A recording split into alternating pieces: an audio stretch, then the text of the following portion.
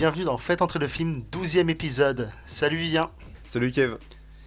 Salut Olivier. Salut Kev. Comment ça va les garçons? Imhotep, ça va plutôt bien. Alors Olivier, de quoi allons-nous parler aujourd'hui? Ah ouais, direct comme ça, c'est moi qui fais le truc. Ok, ben écoute, très bien. C'est très simple. Aujourd'hui, nous allons parler d'un film qui commence un petit peu comme une blague nulle, celle d'un septuagénaire, d'une vampire, d'un homme invisible, d'un junkie, d'un pirate et de Tom Sawyer qui font une croisière en sous-marin. Bienvenue dans la Ligue des Gentlemen Extraordinaires. Waouh. Ouais, non, je l'ai travaillé. J'ai travaillé. Donc on va parler aujourd'hui de la Ligue des Gentlemen Extraordinaires, un film de 2003 de Stephen Norrington avec Sean Connery et plein d'autres acteurs que vous ne connaîtrez pas et que vous n'aurez pas leur carrière, dont Peta Wilson, Tony Curran, Stuart Townsend et Naseeruddin Shah. Toutes mes félicitations, Ouais. Kevin. Bravo. Merci. Moi aussi, je m'aime.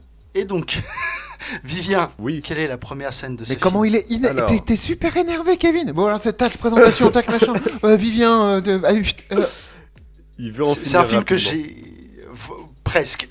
en 20 minutes, on a fini. J'ai envie l'émission, qu'on quoi. non, mais j'ai envie qu'on rentre dans l'art direct pour le défoncer, moi. Il y a pas de préliminaire. D'accord, aujourd'hui. tu pourrais peut-être Très prévenir les gens. Hein. Bon, alors, les gens, bon, on est à peu près tous les trois d'accord pour se dire. Attends, je te fais pas ton boulot, pardon. Donc, vas-y.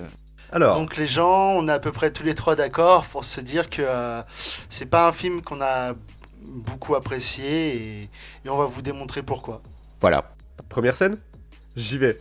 Alors, la première scène du film. On commence dans un Londres de nuit, plutôt presque en ruine. En fait, on est devant le 20th Century Fox Studio, qui est en ruine. On commence en 1899, si je ne me trompe pas. Dans cette scène, on a des flics dans la nuit, dans la rue. Que des flics, il n'y a rien d'autre, c'est vide, et des flics qui courent et qui crient.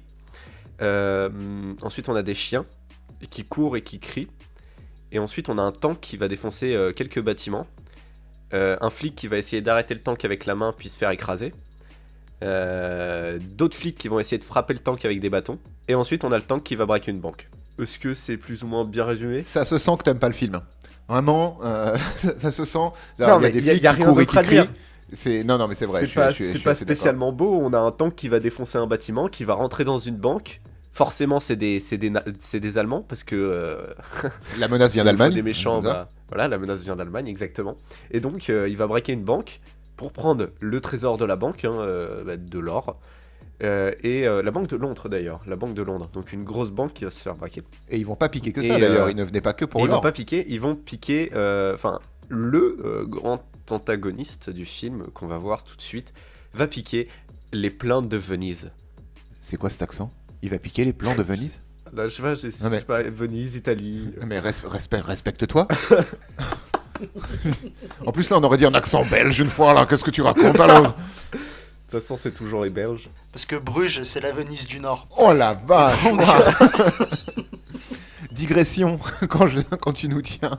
juste sur cette première scène, juste avant la première scène, on a quand même le carton explicatif de l'univers. Ah Donc oui, c'est la clair. paix, voilà, la paix est instable, il va y avoir la guerre, tout ça, tout ça.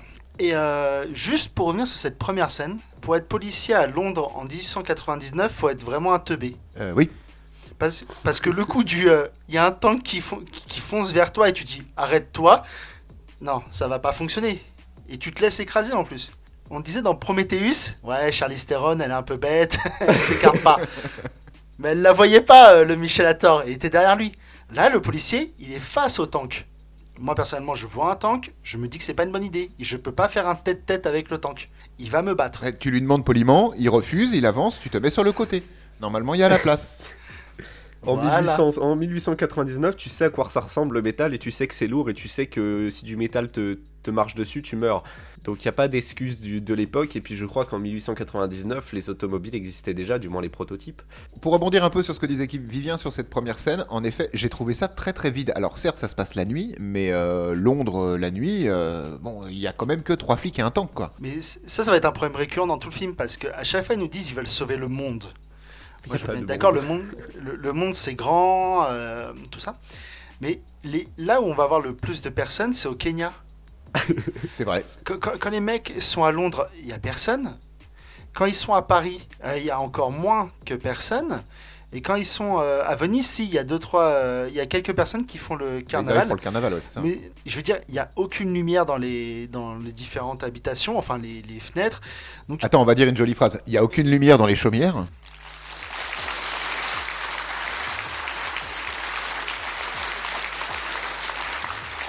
Oh. voilà. Non mais en gros, tu sens que le budget pour les décors, bah, ils avaient plus de budget pour les lampes.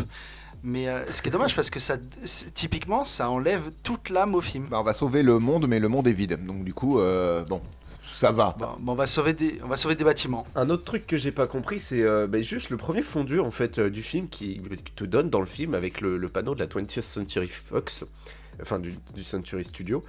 Bah déjà on est au 19e siècle. Oui. Et ça existe, enfin même dans un univers alternatif, du coup ça peut pas exister. Non, mais c'est un effet visuel un petit peu. Moi, je l'ai pas pris comme ils sont vraiment dans les studios ou à côté des studios de la Fox. Je l'ai un peu pris presque comme tu sais, le logo Warner Bros qui se transforme en logo Harry Potter dans chaque introduction d'Harry Potter. C'est un peu le même délire en fait. Tu avais la même chose, je crois, dans le Batman le défi. Tu avais le logo de la Warner qui se transformait après en espèce de labyrinthe géant et t'en ressortais et ça te donnait le logo de Batman. C'est juste un truc genre immersif un petit peu. Ouais, sauf que là c'est vraiment, enfin ça a vraiment comme fonction d'un bâtiment en ruine. Mais en aucun cas ça rentre dans la diégèse du film, hein. Je pense que c'est juste pour immerger le spectateur. Même le logo de la Fox au départ, il est déjà usé. C'est pas le logo Fox qu'on connaît habituellement. En fait, t'as un grain sur l'image en plus qui correspond à l'étalonnage qu'il y a dans la première scène, donc qui est plutôt bien éclairée d'ailleurs, hein, cette première scène, une nuit avec des éclairages très froids qui rappellent vraiment le Londres en fait. Voilà, enfin comme nous on imagine Londres. Et la caméra a pas note sur le logo de la Fox et elle va directement te plonger dans la situation de la première scène. Donc c'est pas le vrai studio de la Fox. Et en aucun cas le studio Fox naît dans le film. Qu'est-ce qu'il foutrait à Londres déjà de fait. Et voilà. Tu dis bien éclairé, oui, je veux bien. Par contre, on a 3 villes dans le film, 3 villes qui sont dans des pays d'Europe différents, 3 villes différentes. J'ai juste eu l'impression de voir la même ville en boucle. Mais c'est ça, c'est éclairé de la même façon. C'est éclairé à chaque fois de la même façon. Il fait nuit et il fait froid. Oui, mais sauf que pour chaque ville, t'as un truc différent. Genre, pour Paris, t'as la Notre-Dame, au loin, au très très loin. J'ai même pas fait gaffe. Ah non, c'est la Tour Eiffel ou Je crois Notre-Dame? je crois que c'est Notre-Dame, il me semble. Il y a un des trucs qui montre que c'est Paris. Bon, Londres, ils te le disent. Et Venise, tu vois, il y a les canaux. C'est les seuls trucs qui te permettent de différencier les différentes villes. Parce que sinon, c'est des villes où il n'y a pas de lumière, il n'y a pas d'éclairage et il n'y a pas de lumière. Et typiquement, c'est comme j'avais fait la remarque à Olivier quand je regardais le film. C'est des villes mortes. Je veux dire, c'est comme si tu étais au fin fond du Massachusetts dans un western en fait, où c'est un village abandonné. Bah là, ça m'a fait le même effet. Je me suis dit, ils doivent sauver le monde d'une menace que pour l'instant on n'a pas identifiée. Mais ils veulent sauver qui? Il y a personne. Attends, non mais encore des villes au Massachusetts ou au Texas ou dans n'importe quel désert américain, c'est joli. Là, c'est juste moche. Enfin, j'ai pas trouvé ça spécialement joli. C'est vide de vie. Ouais. Non mais c'est déjà, oui, comme tu dis, c'est vide de vie. Et puis on va en parler après, mais toute cette phase dans Venise, elle est terriblement longue et terriblement moche. Ouais. Oui, mais là, pour le coup, je pense que c'est une très mauvaise utilisation des CGI. Pourtant, le film est en 2004, donc on a un meilleur savoir-faire. Enfin, les studios commencent à avoir du savoir-faire avec les boîtes d'effets spéciaux qui travaillent en parallèle avec eux. Mais là, je ne sais pas quel était le budget sur les 98 millions de budget du film, combien de budget ont été alloués aux effets numériques, du coup, mais par moment, oh la vache! Non, et la plupart des bâtiments, c'est ça, hein, tout ce qui est détruit, etc., c'est que du CGI. Et ça le fait pas en fait. Moi, ça a très mal fonctionné sur moi. Je trouve pour le coup que ça a pas bien vieilli du tout, hein. Je suis d'accord, totalement. On va continuer. On va avoir donc l'introduction de Alan Quatermain, qui est joué par Sean Connery et qui est donc le protagoniste principal de ce film. Le seul qui était nommé sur l'affiche, c'est ce que tu m'as dit. Oui, déjà, c'est le seul acteur connu. C'est le seul acteur bankable un peu du film pour le coup. Qui avait sûrement des problèmes d'argent pour signer pour ce film. Je trouve que ça se sent. En plus, là pour le coup, je suis pas le seul à l'avoir vu en VO. Je crois que on l'a tous les trois vu en VO, parce qu'on l'a regardé sur Disney+. Enfin, sur l'extension Star de Disney+. Du coup, il est proposé que en VO. Et il y est pas, Sean Connery, il est absent du film complètement. Je trouve que le film passe, lui il le regarde. Pas marqué en tout cas. Après, l'introduction de son personnage est quand même bien foutue, je trouve. C'est la plus intéressante, je pense. Bah, les autres, ils sont tous présentés plus ou moins en même temps, en plus. Mais c'est la moins brouillon, la moins fouillie. Et c'est celui qui a le meilleur background, hein, de toute façon. Bon, Alan Quatermain, on le connaît ou on le connaît pas. Je pense que la plupart des gens le connaissent. Ou connaissent ne serait-ce que les films qui ont été faits autour de ce personnage-là. Mais oui, c'est au Kenya, hein, c'est ça C'est au Kenya, ouais, totalement. Et c'est une des seules scènes de jour, surtout. Oui, tout à fait. Oui. Bah, il fallait bien faire comprendre aux spectateurs, encore une fois, que là, on est dans un pays d'Afrique, donc il fait chaud. Il fallait mieux que ce soit fait en plein jour, avec un gros soleil, une grosse lumière bien chaude qui te plante un peu plus le décor encore. On voit surtout même si ça reste un septuagénaire, comme tu l'as dit, il a toujours des capacités qui font de lui quelqu'un d'extraordinaire. Ça tombe bien, c'est la Ligue des Gentlemen Extraordinaires. Et donc, on va le voir, on suit, il y a déjà une première scène d'action, on va dire. Et pareil, celle-ci, je l'ai trouvé pas mal. Comparé à d'autres dans le film, celle-ci, je l'ai trouvée plutôt rythmée et intéressante dans son déroulé. Elle est pas brouillonne, cette scène-là. Elle est pas brouillonne, tu comprends clairement ce qui se passe, il n'y a pas trop de personnages à l'écran, c'est filmé plutôt en... Bon, c'est cuté bien sûr, mais il faut, hein, c'est une scène d'action, mais ça reste quand même des grands angles, le plus souvent où on a une compréhension de l'action, parce qu'on la voit dans son ensemble. Donc c'est vachement plus lisible, et puis il fait jour, je pense que ça aide aussi beaucoup, que c'est plus lisible que tout ce qu'on va voir après défiler, ou vraiment des scènes d'action ou de baston dans ce film qui sont, au-delà d'être dégueulasses, elles sont incompréhensibles. C'est des gribouillis en général, la scène d'action dans ce film. Ça tire, ça se tape, mais voilà. Mais le film, il bégaye tout du long, il bégaye en fait, ce film, là, encore une fois. Et du coup, bagarre, Sean qui accepte le contrat. Et là, je pense que ça va être sûrement une des scènes les plus importantes du film. Ça va être l'introduction donc de cette ligue. Et on va voir les protagonistes qui vont en faire... Enfin, une partie des protagonistes qui vont en faire partie. Et ça tombe bien parce que chaque protagoniste a donc une particularité qui fait de lui un élément indispensable à cette ligue. Mais c'est pareil, c'est vraiment les Avengers du pauvre. C'est ça. Parce que... Alors, peut-être que la BD est très bien faite, mais on n'a pas lu la BD avant ça, donc on va parler que du film. Mais typiquement, quand on nous les introduit, j'ai pas d'empathie pour cette équipe. Déjà parce qu'ils doivent sauver le monde vide. Donc je me dis, il n'y a pas trop d'enjeux. Mais même, alors certes, si tu connais un petit peu la littérature, ça va être marrant parce que tu vas reconnaître les gens, tu vas voir. Mais par exemple, si c'est quelqu'un qui n'y connaît rien, bah... T'as très peu d'explications sur leur background. Tu vas juste avoir des petits drop names par-ci par-là. Et c'est ce qui est un peu dommage, je trouve. Tu prends quelqu'un qui connaît pas trop la littérature et qui est confronté à la vampire, du coup, c'est la femme de Harker, qui est le personnage central de Dracula, le livre de Bram Stoker, Wilhelmina Harker. Quelqu'un qui n'a pas lu Dracula ou qui n'a peut-être même pas vu le Dracula de Coppola, par exemple, où on la retrouve encore fortement à l'intérieur, c'est la demoiselle en détresse, entre guillemets, du film. Le spectateur qui connaît pas ça, il va juste la prendre pour une vampire, parce qu'on le comprend un peu tardivement que c'est une vampire, mais sinon, à quel moment elle fait partie de cette littérature ou de ces personnages de littérature qu'on veut te présenter? Quelqu'un qui n'a pas lu les bouquins ne le saura pas, par exemple. Elle est pas dans la culture pop comme Alan Quatermain peut l'être, par exemple. Et je crois surtout qu'elle va nommer Dracula. Oui, tout à fait, rapidement. Mais sans plus. Après, l'avantage, c'est que, par exemple, un Tom Sawyer, tout le monde connaît Tom Sawyer, parce que... il y a eu des dessins animés et tout ça, mais un Dorian Gray. Ah bah si t'as pas lu Oscar Wilde, t'es perdu déjà un petit peu avec Voilà, parce que Mr. Jekyll, c'est Dr. Jekyll et Mr. Hyde, c'est assez connu, tout le monde les a déjà entendus. Mais L'homme invisible, pareil. L'homme invisible, son prénom tu le connais pas, hein. Si on te dit juste qu'il s'appelle comme ça, tu sais pas. Hein. L'homme invisible, après tu as qui déjà dans cette ligue Capitaine Nemo. T'as Captain Nemo. Captain Nemo, ça aussi c'est connu pour le coup là. Bah, pour le coup, même chez nous les Français, oui, ça c'est celui-ci c'est peut-être le seul qu'on doit connaître. Oui. Et mais j'avais lu dans les articles que par exemple son second s'appelle Ismaël et c'est en hommage à donc le héros de Moby Dick. Et je pense que dans ce film il y a pas mal de, enfin il faudrait que je le revoie et que je relise les trucs. Et il y a pas mal de noms qui n'interviennent pas dans la ligue, mais qui doivent être donnés par rapport à des héros de la littérature. Oui. Donc on a cette scène où M les intègre. Ils vont voir Dorian Gray. Alors, l'agent M, juste pour contextualiser, c'est le recruteur. Hein. C'est celui qui va chercher Alan Quaterman au départ et qui va le confronter à toute la Ligue et leur donner l'ordre de mission, bon, sauver le monde, du coup. Voilà, c'est un recruteur anglais qui s'appelle l'agent M. Comme dans James Bond.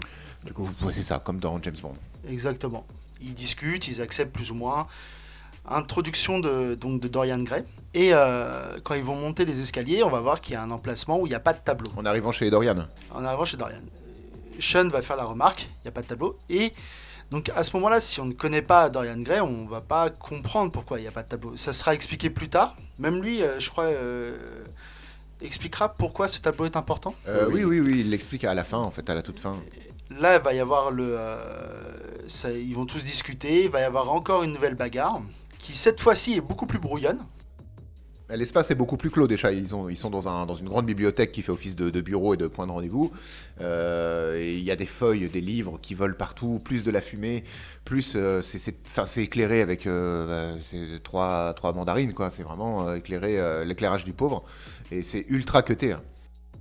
Et surtout, je pense que le plus gros problème des scènes de combat de The Film, c'est que le réalisateur, je suppose, a décidé de suivre chaque acteur dans son combat, on va dire. Et on va avoir le droit à donc des cuts entre tous les acteurs qui combattent contre ses ennemis et en plan ultra serré. Et ce qui est dommage quand même, parce que ça te casse tout le truc, tu ne comprends rien à ce qui se passe. Une scène de bagarre, il faut pas la filmer comme ça, il faut pas la filmer en plan serré. C'est le même problème qu'il y avait par exemple dans le Pacte des loups, où tu as Marc Dacascos qui accompagne, qui est l'Indien de Samuel Le Bihan en fait, qui l'accompagne tout le temps. Et à un moment donné, il va faire de la capoeira, parce que dans un film avec Marc Dacascos, il doit forcément faire de la capoeira. Et c'est un combat qui est filmé en plan ultra serré, que des plans américains, que des plans du torse en fait, de torse et haut de corps. Et du coup, tu comprends pas, surtout quand tu dois filmer quelqu'un qui fait de la capoeira, où c'est un truc très, très aérien, très, très mobile. Du coup, ça calanche un peu, quoi, ça foire complètement. Et là, c'est pareil. Mais c'est que je pense, en fait, c'est juste un manque de compétences, en fait, de la part du réalisateur et des chorégraphes, parce que une scène d'action, c'est difficile, et une scène d'action avec autant de personnages, c'est encore plus compliqué. Parce qu'il faudrait donner une importance à chacun des personnages, et en le faisant en plan large ou quoi, c'est une coordination de malade. Mais c'est quelque chose que d'autres arrivent très bien à faire, et c'est quelque chose qu'on attendait dans un film où on a autant de héros et on a autant de bastons. Et c'est ce qui va se passer à la fin, c'est qu'à la fin, lors de la fin du film, les personnages vont se séparer pour chacun prendre leur mission. C'est une astuce scénaristique juste pour pas les faire se battre en même temps, parce que ça va juste donner la même bouillie qu'on a eu déjà au début. Pour moi, une scène qui aurait très bien marché, par exemple. En plus, on est encore dans de l'exposition à ce moment-là. Hein. Et cette scène de bagarre dans le bureau va permettre au film de présenter toutes les capacités spéciales de tous les intervenants, en fait, de toute cette ligue des gentlemen extraordinaires. Mais du coup, c'est tellement brouillon que tu le vois très vite, ça passe, comme disait Kevin, d'un personnage à l'autre. Et Mina, la vampire, tu ne la vois même pas se battre, tu vois juste à la fin, on lui fait la réflexion, je crois qu'il lui reste un petit peu de sang, un truc comme ça, où elle se jette sur un dernier soldat qui était encore vivant et elle le tue en buvant son sang. Mais du coup, l'exposition là-dessus est un peu ratée. T'aurais fait un joli plan séquence à la limite, avec une caméra peut-être pas très rapide, qui suit tous les intervenants en faisant un grand cercle autour de la salle, et avec un peu moins d'action, un peu moins de soldats. Mais tu pouvais t'arrêter avec un joli ralenti, par exemple, sur chaque protagoniste et qui fait une démonstration de sa capacité spéciale avec une caméra très mobile et qui continue son mouvement, parce qu'on est dans un plan séquence. Ça aurait pu très bien fonctionner. Mais pour ça, il aurait fallu un vrai travail de la chorégraphie, un vrai travail aussi du réal pour justement organiser la chorégraphie dans la scène. Et c'est quelque chose qui n'a pas du tout été fait et qui est laissé tomber en fait dans tout le film. Ah, complètement. Bref, ils s'en sortent. Oui, grâce à Tom Sawyer. T'as failli chanter la chanson, hein? J'ai failli chanter. Ouais, je sais. C'est presque pas facile de dire Tom Sawyer sans derrière, c'est l'Américain, sans avoir envie de chanter, quoi. Donc Tom Sawyer arrive, c'est lui. Non, d'abord on a le fantôme qui revient, qui dit rejoignez-moi, rejoignez-moi pas, c'est pas grave. Tom Sawyer balance le combat, commence à tirer partout parce que c'est un Américain donc ça tire. Le fantôme essaye de s'enfuir, il est poursuivi par Alan Quatermain et au final donc il s'enfuit Et donc on a tous les personnages réunis, en plus de Tom Sawyer, on a tous les personnages présentés en fait.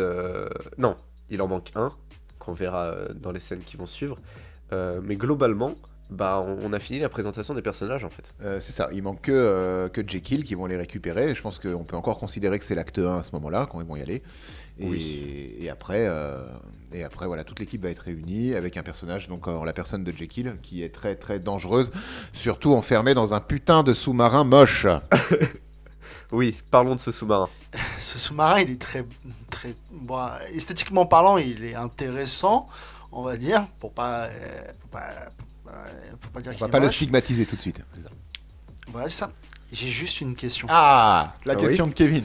La question de Kevin arrive assez tôt aujourd'hui. Il a l'air d'être assez grand, on est d'accord. Ah, mais c'est un palace le truc, c'est incroyable. À quel moment il rentre dans la scène ou dans la Tamise? Il rentre pas. Ce Et, sous-marin ne respecte pas les logiques de la physique, c'est tout. Parce que la Tamise, je sais pas à quelle profondeur. elle est c'est. pas très profonde la Tamise, elle est profonde comme la Seine, hein, n'est-ce pas? Je sais que la Seine, elle est pas très profonde. Et Et Venise qu'il y a des encore moins. ponts, exactement. Mais tranquille, il rentre dans les villes sans problème, il remonte les fleuves sans problème.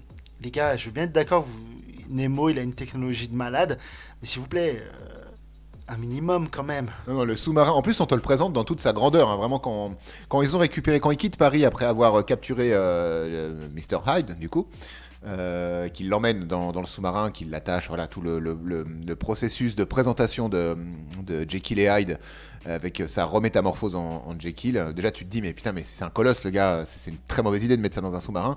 Mais après on te présente vraiment le sous-marin dans toute sa longueur, hein, avec des plans dans l'eau, du coup quand il va du point A à un point B. C'est un petit peu une world map dans un jeu vidéo, ce sous-marin. Les transitions sous-marins servent toujours à les emmener vraiment du point A au point B, avec une scène un peu d'exposition de background des personnages, qui sont souvent très longues et un peu Inutile. fastidieuses, ouais, un peu inutiles. Mais la première fois où on voit vraiment le sous-marin, il est énorme. C'est vraiment avec une énorme lame devant. C'est un Empire State Building couché, tout simplement. Hein. Et c'est un truc qui ne passe pas, et qui ne passe dans... C'est plus grand qu'un cargo. Ouais, largement, ouais. C'est beaucoup plus grand qu'un cargo, et déjà les cargos, ça passe pas dans les rivières. C'est tout ce qu'il faut, ça passe pas dans les ruelles. Il a même Venise, une c'est des automobile. ruelles. Il a même une automobiliste cachée dedans. Donc, je veux dire, il y a quand même. Et puis d'autres petits sous-marins. Exactement, mais moi, ça m'a. Là, ça m'a. Alors, déjà, j'étais pas trop dans le film, mais là, ça m'a fait sortir du film en fait. Je me suis dit, mais c'est. J'ai C'est une pas remarque possible. très intéressante de mon père quand on a discuté un peu du film, qui lui aime le film, contrairement à moi.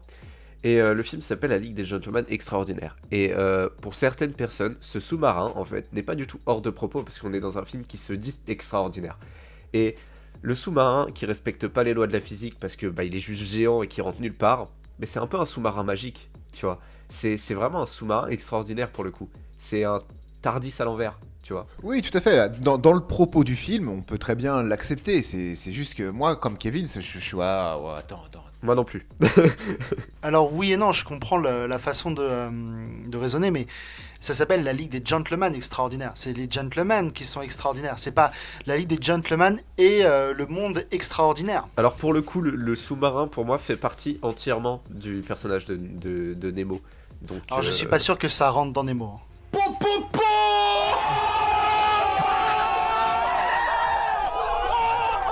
Alors...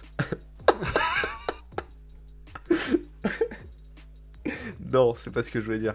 Mais Après, j'ai envie de dire qu'il fasse 15 mètres de haut, 150 mètres de haut, il n'y a personne dans les villes, personne ne le voit. Quand ils arrivent à Venise, les gars, ils passent juste à côté des gens. On le voit, entre l'autre qui dort, mais ceux qui sont en train de faire la fête sur une place, ils passent à quoi? Une vingtaine de mètres, et il n'y a personne qui le voit. Je viens même de me rendre compte d'un truc là, par rapport à ce que tu viens de dire. Il y a plus de monde dans le sous-marin que dans les 3 villes qu'on visite. et pourtant, c'est Londres, Paris et Venise. Ce n'est pas. Non. Mais c'est parce que en fait, le sous-marin et tous les gens qu'il y a dedans sont de Nemo. Dans Nemo. Enfin, Pardon. vous m'avez compris quoi. Non, mais Nemo, bien il sûr, est extraordinaire. il faut, voilà, Nemo il est faut dire que incroyable. Nemo est extraordinaire. Nemo indien est extraordinaire. Et ce sous-marin, l'équipage et la Batmobile font partie entièrement du personnage. Faut pas le prendre à part du personnage, je pense. On peut juste donner un nom à ce sous-marin parce que c'est le Nautilus quand même. Hein Ouais. Voilà, ouais, bah oui, c'est Moi, le oui. Nautilus, il ressemble pas à ça dans mon imaginaire. C'est pour ça que j'ai du mal à... Je veux dire, là, on a quand même un palace blanc orné d'argent. Ah, moi, c'est le seul truc que j'aime bien. Par contre, toi, c'est le côté très blanc de, Ah, de tous ces accessoires. En fait, à Nemo, la Batmobile, elle est toute blanche aussi. Ah oui, J'aime bien. Ça apporte du cachet. Ça a quelque chose. Je trouve que esthétiquement, l'esthétique du sous-marin, en fait, me plaît. La longueur me plaît moins. Et mais la sinon, largeur aussi. ouais, enfin, bon, l'entièreté du bousin me plaît pas, mais l'esthétique me plaît. Ce que j'apprécie dans le sous-marin, c'est que c'est le seul endroit déjà qui est éclairé. Et contrairement à tout l'extérieur donc du monde qui est très austère, le sous-marin lui est presque chaleureux. Je dis bien presque. Hein, Bah, il parce reste que blanc, je passerai pas mes vacances. il est aseptisé, mais oui, tu sens qu'il y a une Voilà. vraie vie en fait à l'intérieur. Ça grouille de personnel. Il y a de la vie, il y a de la vie dans le sous-marin. Et il y aura de la mort aussi. Parce que là où il y a de la vie, il y a de la mort. Mais surtout, ce sous-marin ne sert pas qu'à les transporter, parce qu'il y a une histoire sous-jacente à l'intérieur. Toutes les disparitions des différentes... Les vols, enfin, les des- vols. les vols des différents produits ou enfin les trucs des gentlemen. Est-ce quoi. que tu es en train de Des dire impôts. qu'il y aurait une taupe parmi cette ligue? Je sais pas, j'ai pas vu d'animaux. Habile. Non, j'ai un vrai problème avec cette histoire sous-jacente, par contre. Parce On que... t'écoute. Donc, en effet, il y a une taupe dans cette ligue. On ne sait pas qui c'est, hein, attention, on se demande est-ce que c'est le bad boy ou est-ce que c'est le bad boy. Non, mais c'est non, grillé c'est- depuis le début, qui sait en vrai. Il y a même pas de. Mais je sais que c'est grillé, cette histoire ne fonctionne pas. Dans ma tête, non mais je sais pas si c'est... Enfin, c'est... C'est béni. En fait, c'est béni.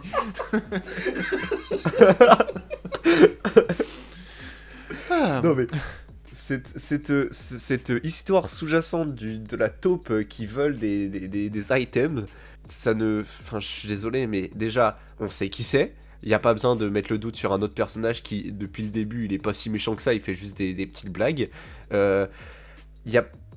ça fonctionne pas. Et pourtant, les personnages extraordinaires, ces héros extraordinaires, se disent « Oh bah, c'est sûrement lui, parce que voilà... » Et tout ça à cause de qui? À cause de Dr. Jekyll qui se fait voler une potion là pour se transformer en gros Kimosh là. Hyde, En en moche, Hyde, pardon. du coup. En Hyde. Pour se transformer en Hyde. Donc il se fait voler une potion et il dit oh machin truc c'est Skinner. Parce que oh là là regardez comment il est que j'ai écrit. Comment il est sournois. Bah, comment Mais- il est invisible en fait. Donc, du coup, c'est facile Voilà. de jeter, Mais- de lui jeter la Non mais, pierre. mais pourtant on nous donne aucun background entre la relation de Dr. Jekyll ou n'importe quelle interaction entre le Dr. Jekyll et Skinner. C'est-à-dire que tout le long du voyage, pour nous, bah les deux ils existent pas ensemble. Et là Jekyll il dit c'est Skinner. Et tout le monde fait ah ouais sûrement c'est Skinner du coup. T'es sûr de toi? Bah du coup c'est Skinner. Alors qu'à côté on a l'autre connard de Dorian Gray là qui fait son bad boy depuis le début. Mais tout va bien avec lui.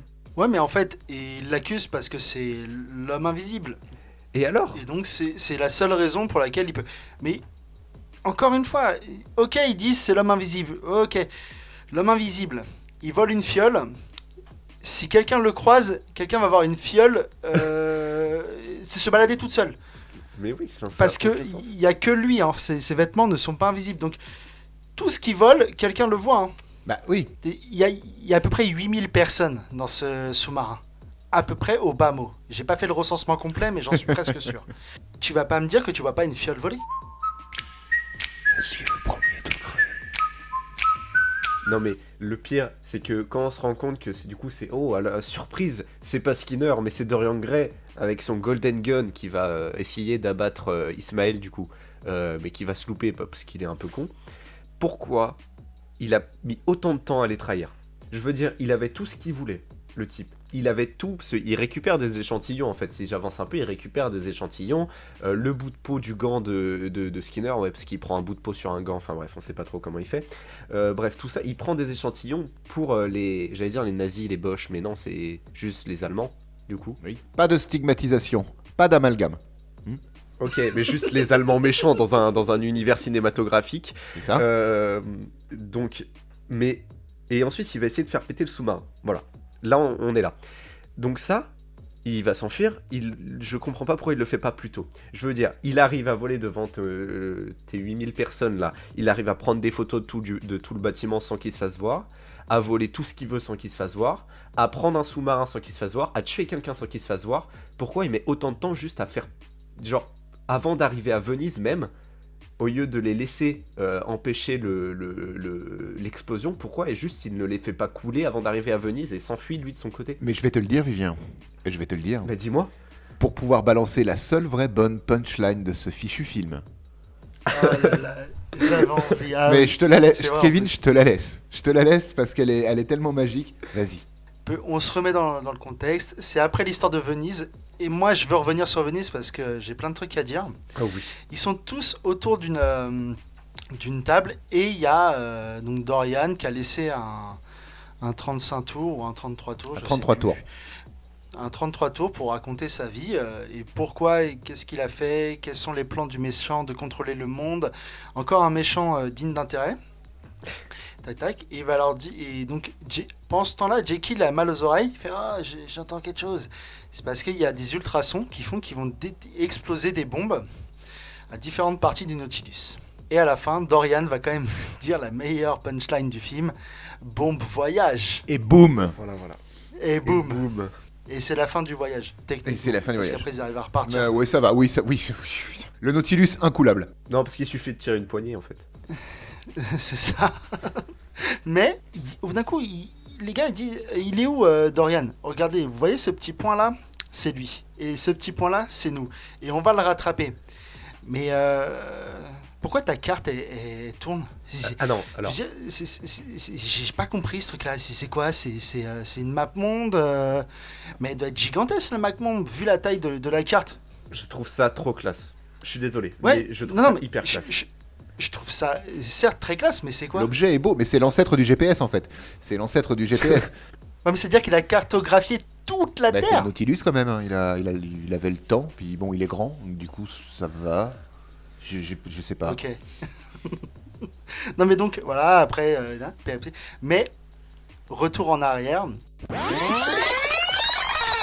Ils arrivent à Venise, où personne ne les voit, parce que le Nautilus est de couleur très claire. Donc, dans un endroit très foncé, ça ne se voit pas. Je suis pas sûr. Moyen. Course-poursuite, parce que donc, Venise est en train de se détruire. Enfin, elle a explosé, donc tout s'effondre. Et le meilleur moyen pour arrêter ça, c'est de faire exploser un endroit pour que ça stoppe l'explosion. J'ai pas compris ça. Une explosion Soit, pour arrêter une explosion. Ils partent en automobilus, donc la Batmobile de Nemo, J'adore ce... J'adore ce mot. et ils y sont. Gray saute, le premier. Ensuite, il y a un effet dégueulasse de Mina Harker qui se transforme en une espèce de chauve-souris géante moche pour aller tuer des mecs qui sont en haut sur des bâtiments. Donc je me dis ok, bon, je sais pas où il est passé le budget effets spéciaux, mais il était pas là. Et en fait, c'est toute cette scène de course-poursuite, je la trouve extrêmement longue, un peu comme ma la tirade que je suis en train de faire. Oh oui. Oh mon dieu. Ouais, non, et donc, et maintenant, passons à la suite. je l'ai trouvé très longue et puis il n'y a pas d'enjeu. J'étais pas dedans. À la fin, ils réussissent. Il y a des missiles sol-sol qui sortent du Nautilus parce que le Nautilus, en fait, C'est aussi une plateforme de tir. C'est une plateforme de tir. Je suis sûr qu'il a 2-3 ogives nucléaires, mais qu'il les a pas sortis. Et ça s'arrête. Mais j'ai trouvé ça d'une longueur. Mais j'ai pas Et puis en compris. plus, c'est moche. Toute cette ville qui se détruit, elle est moche. Elle est moche au possible. Non, puis on comprend rien. Enfin, je suis désolé, mais si vous aviez compris que leur plan c'était de faire péter une partie de la ville pour empêcher que les bombes en dessous de cette partie de la ville explosent ou je sais pas quoi, j'ai rien compris à cette partie. Ensuite, Tom Sawyer qui va se sacrifier et qui va se prendre un missile sur la gueule à la Nicolas Cage et puis qui va en sortir indemne. Mais ça n'a aucun sens. Le bouclier du héros. Nananana. Sauf que c'est pas un héros. On nous le présente C'est pas le comme un bouclier héros. du zéro. On nous le présente Oh. comme un gars. Oh, oui c'est ça. Non mais c'est ça. On nous le présente pas comme un héros. C'est juste Tom Sawyer. C'est juste. Mais ça, non, mais j'ai vu ce film 2 fois. Putain, faut vraiment que j'arrête de m'infliger ça. J'ai vu ce film 2 fois et j'ai regardé ce passage là de Venise en accéléré un peu.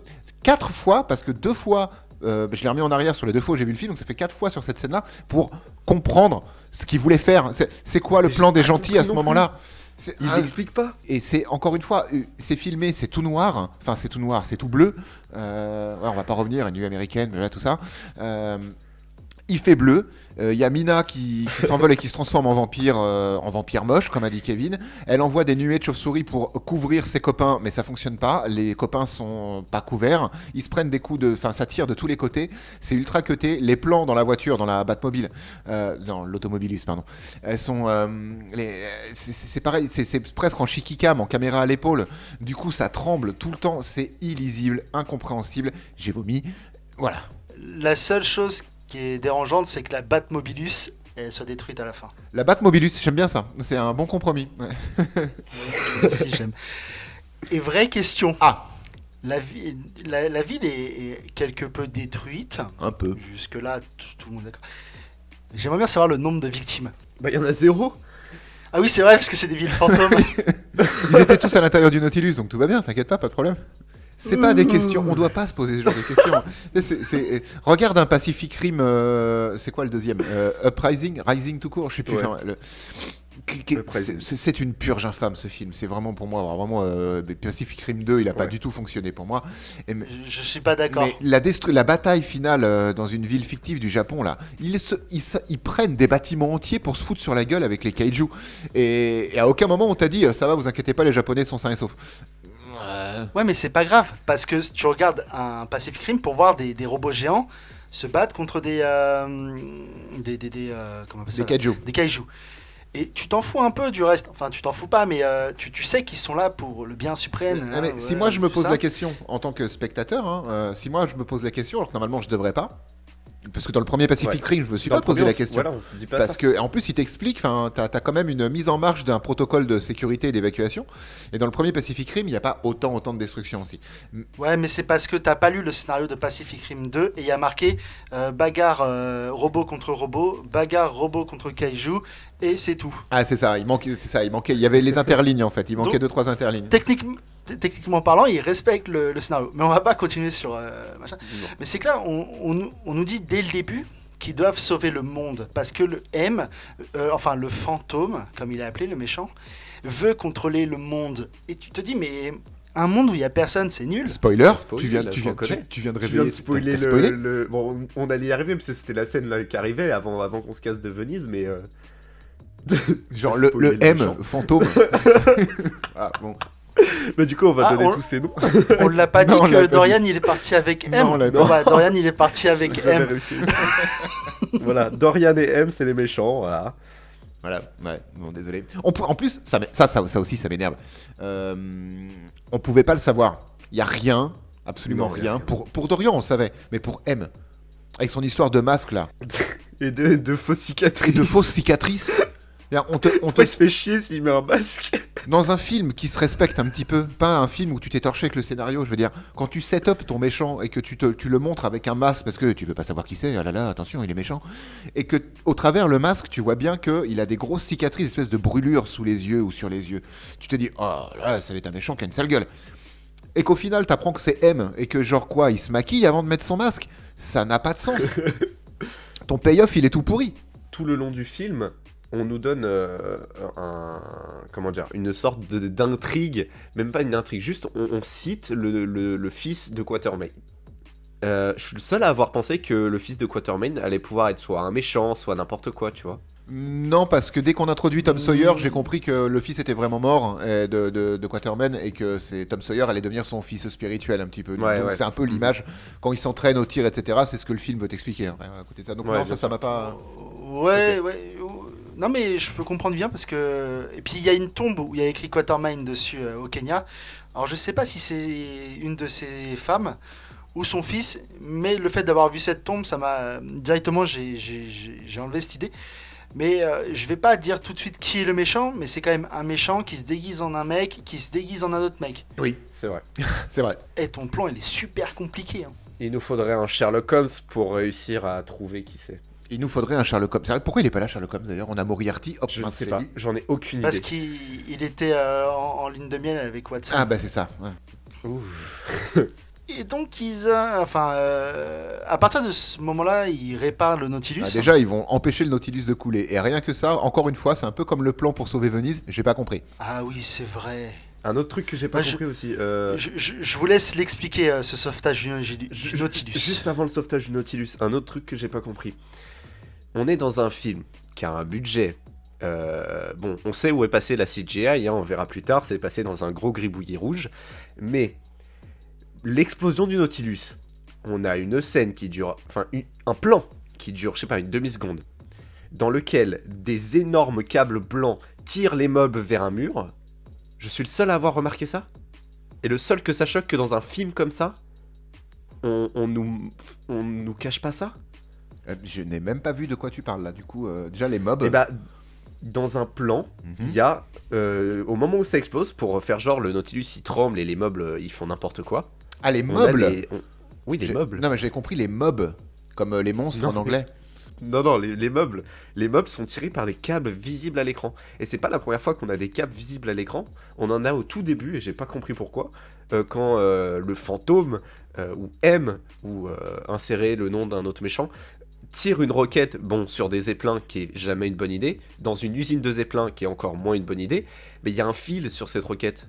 Pourquoi? Ah, ça y est, oui, le fil, je l'ai vu, je sais pas pourquoi. Là, pour le coup, je sais pas. Mais là, je pense que c'est. Autant les meubles, je peux comprendre. Peut-être que les câbles sur les meubles, c'est un principe même dans les sous-marins où peut-être tout doit être attaché quand même, des fois que ça zouk un petit peu dans le sous-marin. Mais Peut-être pourquoi on que les c'est. voit pas avant alors? Bah, parce qu'avant, ça zoukait pas. Oui, mais avant il y en avait pas surtout. Et pour répondre à l'histoire du lance-roquette avec le fil, je pense parce que c'est un lance-roquette grappin qui sert aussi de grappin quand tu as plus de grappin sur toi. D'accord, et donc Parce on que nous si- l'explique ce que- à quel moment ça? Non, ils expliquent pas, ils ont pas le temps. Non, ça sort de ma tête, hein, parce que je vois pas à quoi sert une roquette attachée à un fil en... Surtout que le fil il tient pas bien, parce que au final il est pas propulsé. Le Alors, type. en effet, je viens de voir la scène d'explosion du Nautilus. Là, je suis à 1h10 de film à peu près. C'est à ce moment où tout explose. En effet, il y a des vieux câbles qui retiennent en fait les meubles dans le décor. Donc, je pense que c'est un oubli d'effacer numériquement les câbles. Comment tu peux oublier ça dans un film? Bah, il y avait plus de budget. Et, C'est vrai, il y avait le Paint truc rouge. tournait très mal sur Windows 95. Du coup. Donc, cette explosion du Nautilus. Il y a des Vas-y. explosions à plein de niveaux sur le Nautilus. On voit, il y a 3 ou 4 bombes qui explosent, qui font des trous dans la carlingue, bref. Et décision est prise avant que le Nautilus coule par Nemo de cloisonner en fait toute une partie qui est déjà complètement submergée par l'eau. Mais donc de sacrifier aussi des hommes, parce que là le Nautilus il coule. Donc il a quitté Venise même pas, hein, et il coule. C'est là on se rend compte sur un plan du extérieur du Nautilus que Venise, c'est quand même très très profond, c'est les abysses. Et Jekyll, qui entend toujours les voix de Hyde dans sa tête et qui voit Hyde au travers les miroirs quand il se regarde, etc., décide de prendre une potion pour se transformer en Hyde, mais pour faire le bien cette fois, puisqu'il il demande à ce qu'on rouvre l'écoutille qui est fermée parce que c'est entièrement ravagé et englouti par l'eau.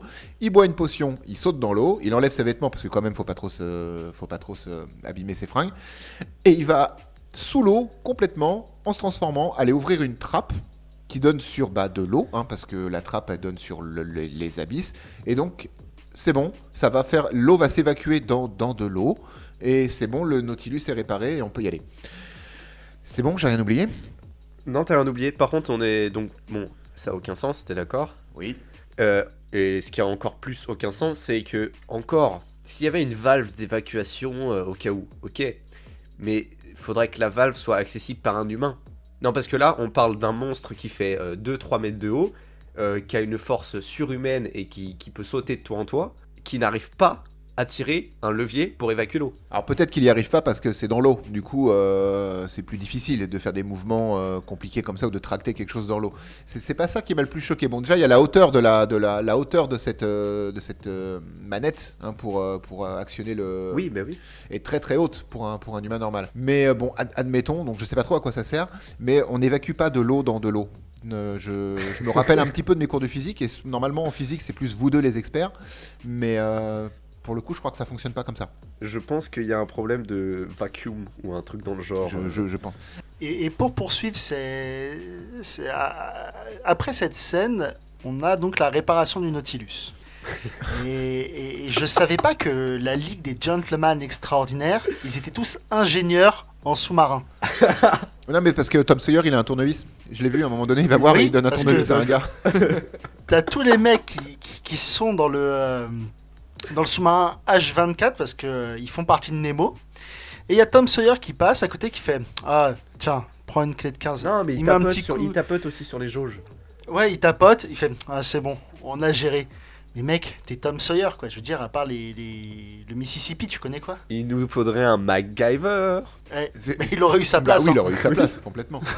Et donc, là, juste Il aurait pour pu faire. réparer le film. Juste pour faire une aparté filmique, vu que j'ai le film sous les yeux, ils redressent un peu le bureau de Nemo, hein, la cabine plutôt de Nemo, et tous les câbles qui retenaient les meubles dans la scène précédente ont disparu. On est d'accord, ils n'existent pas. C'est pour ça le Donc problème. En fait, c'est vraiment très bien vu Vivien, c'est un oubli d'effacement numérique des câbles cascades en fait. Bah, ça va sur la liste des trucs pas ouf de ce film. Elle est très longue cette liste hein, quand même. Ouais. Et là, je vais rusher un peu pour qu'on arrive sur plus ou moins les dernières scènes. Juste avant, j'ai une question parce qu'ils descendent donc dans la Mongolie. C'est la Mongolie ou ils sont en Chine? Je sais C'est plus. ça, trop. Mongolie. En Sibérie. En En Mongolie. Ils sont dans un endroit où, pour prendre du feu, une caverne. Et il va y avoir un loup. Enfin, non, pas un loup, tigre je raconte pas. Un tigre blanc qui va faire un concours de regard avec Sean Connery. Et puis après, il va partir. C'est ça. Et 2 secondes après, Skinner arrive. Donc à poil sous la neige. Ça me paraît pas possible tout ça. Mais même cette C'est un grotte, bon timing. la grotte où ils sont n'est pas possible. Je veux dire, c'est du carton, cette grotte. Regardez bien, vous tous qui nous écoutez, si vous avez l'occasion de revoir ce film, et si vous l'aimez, tant mieux, hein, vraiment, on n'est pas là pour juger. Regardez le film, et même si tout ce qu'on a dit jusqu'à présent vous semble, ouais, quand même, vous abusez un peu, blablabla, vous pinaillez, regardez-moi cette grotte quand ils arrivent à destination pour l'acte 3. C'est une grotte comme ça n'existe pas. L'érosion de la roche ne peut pas se faire comme ça. C'est littéralement du carton, du polystyrène peint avec le cul. Bah ok, bon, tu critiques un peu. Par contre, si je peux revenir sur le tigre, cette scène du tigre, et je la trouve très belle, parce que cette scène a un sens. Donc dans le film, ça nous a vite fait expliquer, parce qu'on a eu précédemment un dialogue entre Quatermain et Captain Nemo, où il dit oh le tigre, machin, un échange de punchline et de citations qui donnent du courage. Et je vais t'expliquer cette scène, Vivien, parce que c'est moi qui explique les scènes à Vivien. Cette scène du tigre, qui est très jolie au demeurant, même si elle n'a pas de sens dans le propos du film, c'est l'acceptation de Quatermain de son statut de Quatermain et de la disparition de son fils. C'est uniquement l'acceptation. Et ben ça a un sens. Oui, ça a un sens. C'est juste que ça n'a pas de sens dans le film. Ah à ce non, moment-là. mais non, cette scène-là, oui, en dehors du film, cette scène-là, je la trouve juste magnifique, avec vite fait le propos de Quatermain, et du coup là, de son fils, si tu la comprends comme ça, je trouve que c'est une magnifique manière, en fait, de métaphoriser et de montrer un changement d'état. C'était le but, c'est le but. Je suis d'accord, mais c'est quand même con que dans un film où les scènes sont censées te suivre et avoir un sens entre elles, là il nous pop une belle scène avec un beau tigre et Skinner à poil. Je trouve ça juste dommage. Skinner à poil qui plotte Mina. Oui, et puis surtout, si tu as envie de faire passer des messages comme ça, je veux dire, à un moment donné, introduis-les avant dans ton film. Lance pas une métaphore qui est en plus, bon, faut aller la chercher et la comprendre. Quand on a fait 0 avant et que tu as plutôt été comme un grand guignol dans ton film, tu vois, la métaphore est très belle, Bien sûr. mais elle arrive comme un cheveu sur la soupe, encore une fois. Oui, bien sûr, bien sûr. Alors, Mina Harker. Oui. J'ai pas eu l'occasion de parler de ce personnage avant, mais ce personnage-là ne sert juste... Enfin, ce personnage féminin est juste présent pour nous dire que tous les mecs autour ont envie de la ken.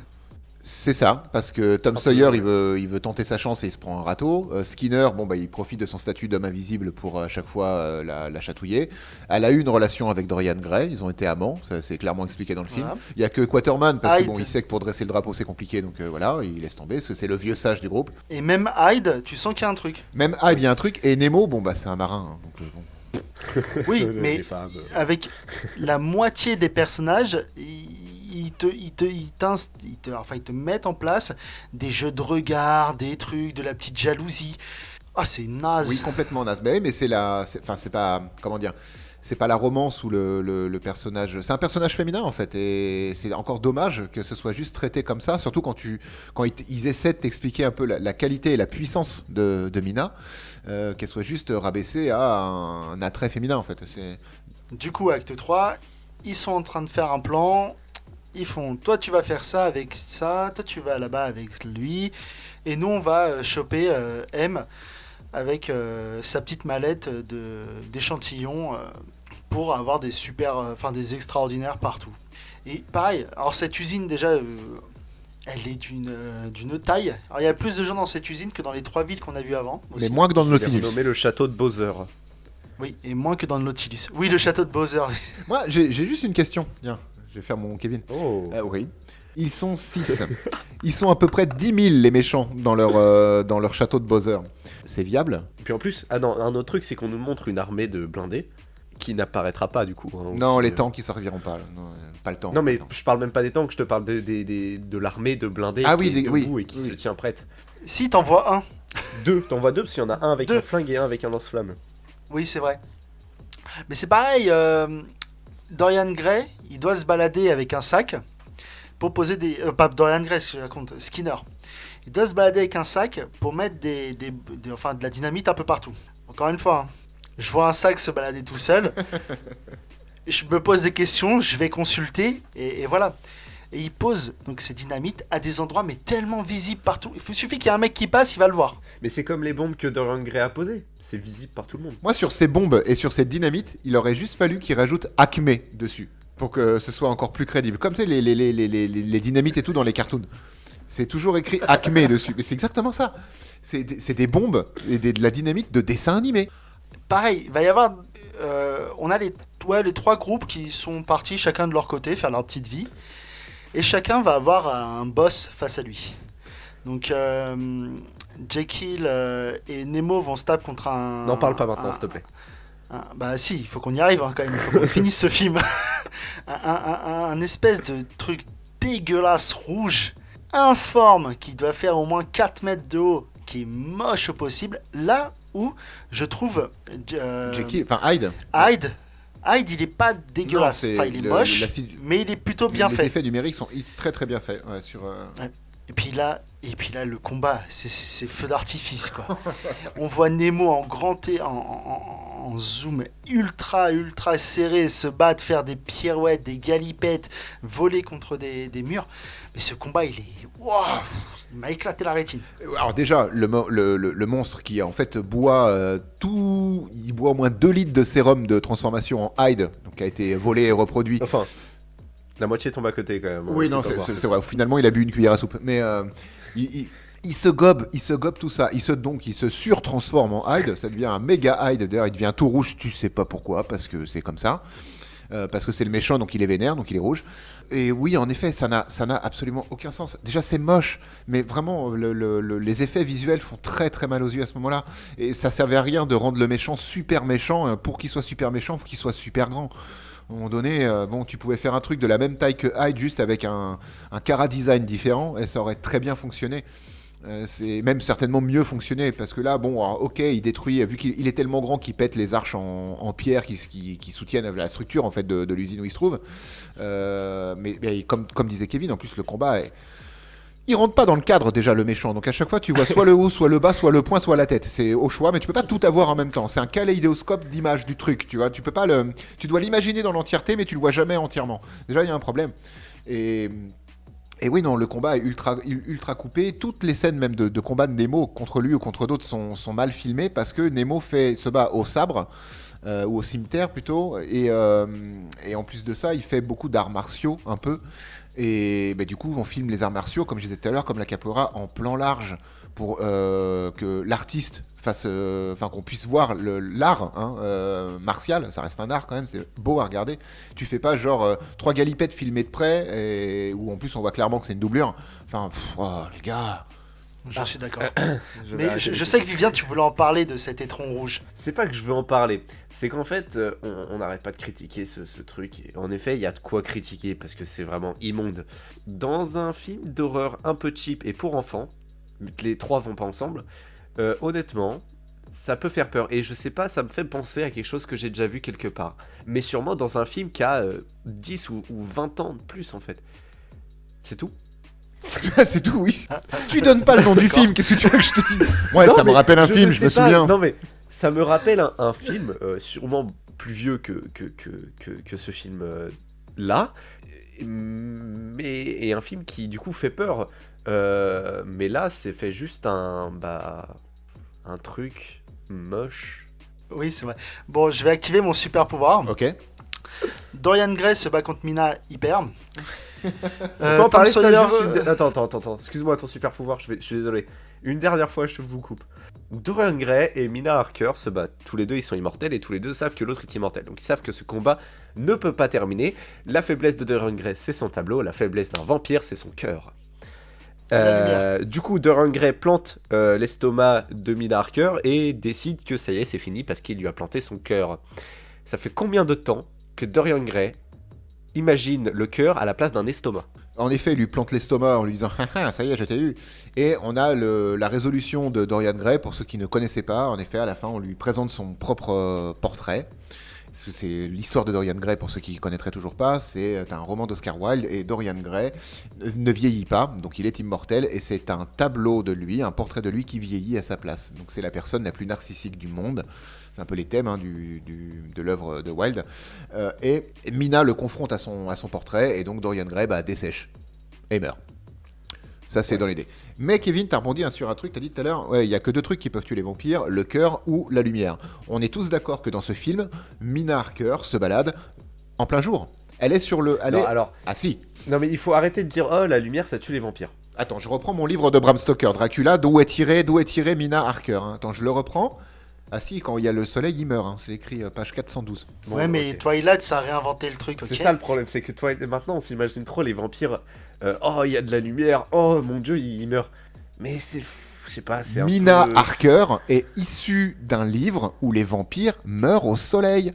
On ne réinvente Mais t'es pas. dans un film où il n'y a pas d'habitants dans Paris ou Londres. Non, mais je suis d'accord avec Oli. En fait, tu peux pas introduire des personnages et dire que leurs seules faiblesses sont pas leurs faiblesses, en fait. Non mais bien sûr, mais Ils auraient c'est pas comme si introduit, ce ils film auraient, avait- ils auraient avait introduit, un sens. ils auraient introduit Edward de Twilight. En effet, au soleil, il brille et donc du coup, t'as qu'une envie, c'est lui racler les peaux mortes pour te faire du bif.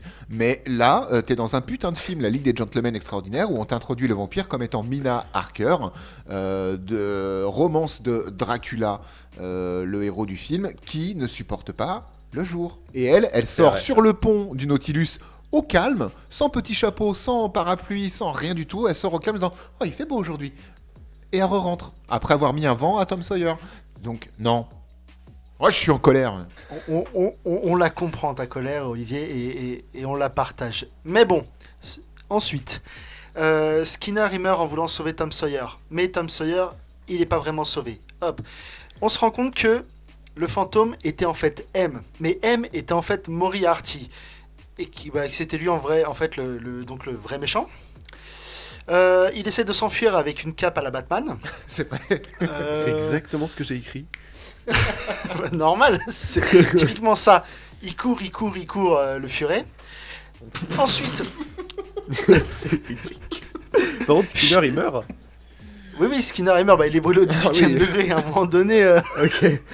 Donc, Sean Connery à Bobo, il fait je peux pas tirer, tire l'américain. Tom Sawyer, il fait ok, je vais tirer. Donc après, Sean, limite, il lui dit vas-y, tire mon fils. L'autre, il tire, il le touche. Tout tombe dans l'eau, destruction de la truc. Hop, timelapse, on sait pas combien de temps, une semaine, 3 jours.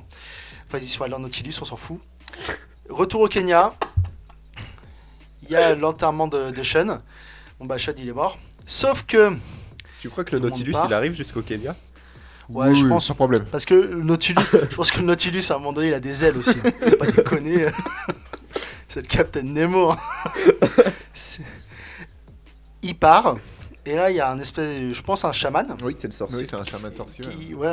qui fait des danses parce que Quaterman ne peut pas mourir en terre, En terre africaine. Sauf qu'il est mort Donc, en terre sibérienne ou mongolienne. Oui, mais à un moment donné, on n'est pas à un petit truc inexact dans ce film. Donc je pense qu'il voulait faire un 2, Ouais, mais non. Ouais. mais ça n'a pas fonctionné. Mais du coup, Et puis Dieu Sean nous en Connery il est préserve. mort. C'était le monologue de Kevin. Non, parce Voilà. qu'en plus, si tu veux faire un 2, dans ta ligue des Gentlemen Extraordinaires, il reste qui? Donc le héros principal, Quaterman, il est censé être mort. Bon, tu comprends qu'ils vont certainement le faire. Enfin, ils voulaient le refaire revenir à la vie avec l'histoire du chaman danseur. Skinner, l'homme invisible, qui a quand même un putain de pouvoir, bah il est mort. Dorian Gray, qui faisait partie de la ligue, même si ça devient un protagoniste, bah il est mort. Reste plus grand monde dans cette ligue. Il reste. Bon, vas-y, ça va être qui le champion? Ça va être qui le chef? Tom Sawyer? Vraiment? Ouais. Tom Sawyer, ouais. Tom Sawyer. Arrête, ça va te mener nulle part. Et du coup, fin du film, générique, Meilleur moment du film. relâchement de Norettine, quelques larmes, et c'est la fin. Et c'est la fin de la ligue. Et mon Dieu, qu'est-ce que c'était mauvais. Ah, je suis assez d'accord. Pour revenir, on avait fait... Olivier, tu avais mis un post, Sur la page Facebook, faites entrer le film, que vous pourrez retrouver sur Facebook, faites entrer le film. et pas mal de gens avaient dit que ce film était pas mal et avait plutôt bien vieilli. Après, les goûts et les couleurs, ça se discute pas. Bien Hein, sûr. on n'est pas là pour obliger les gens à penser comme nous. Et Mais notre pour le avis coup, ne regarde que nous, surtout. c'est pas un mauvais film, dans le sens où on a déjà vu pire. Ah oui. C'est un film moyen. Moi, j'ai dit c'est un film moyen-moins. C'est un film que tu peux regarder en faisant autre chose à côté. Mais le fait qu'il n'ait pas vieilli, quand on regarde La Momie qu'on a fait la semaine dernière, et ce film-là, donc La Momie est sorti en 99, celui-ci en 2003. Bah, La Momie est quand même un peu mieux fait. Hein. Mais elle se tient de bout en bout, la Le momie. fait, c'est tout. Elle se tient. Et le seul effet pas beau dans La Momie, c'est la destruction de la ville. Et encore, ça, moi, Bah, j'aimais bien, perso. Ouais, mais c'est le truc qui dénote un peu, on va dire. Bah, typiquement, c'est le seul truc qui a gardé la Ligue des Gentlemen Extraordinaires, la destruction de la ville, qui est pas Qui est beau. pas beau. Et ils en ont fait un film, bah du coup, pas Et- très beau. Et c'est dommage parce que je pense que ça aurait pu être un bon film, ça aurait pu être un film intéressant. Les héros de la littérature, c'est toujours sympa, c'est un peu comme des héros des comics et tout. C'est toujours des trucs, c'est des genres d'histoires que t'aimes bien avoir l'aventure de ces héros-là, mais c'est dommage. C'est dommage. Ça manque de. En fait, ce film va trop vite pour moi. Hein. Ce film va trop vite.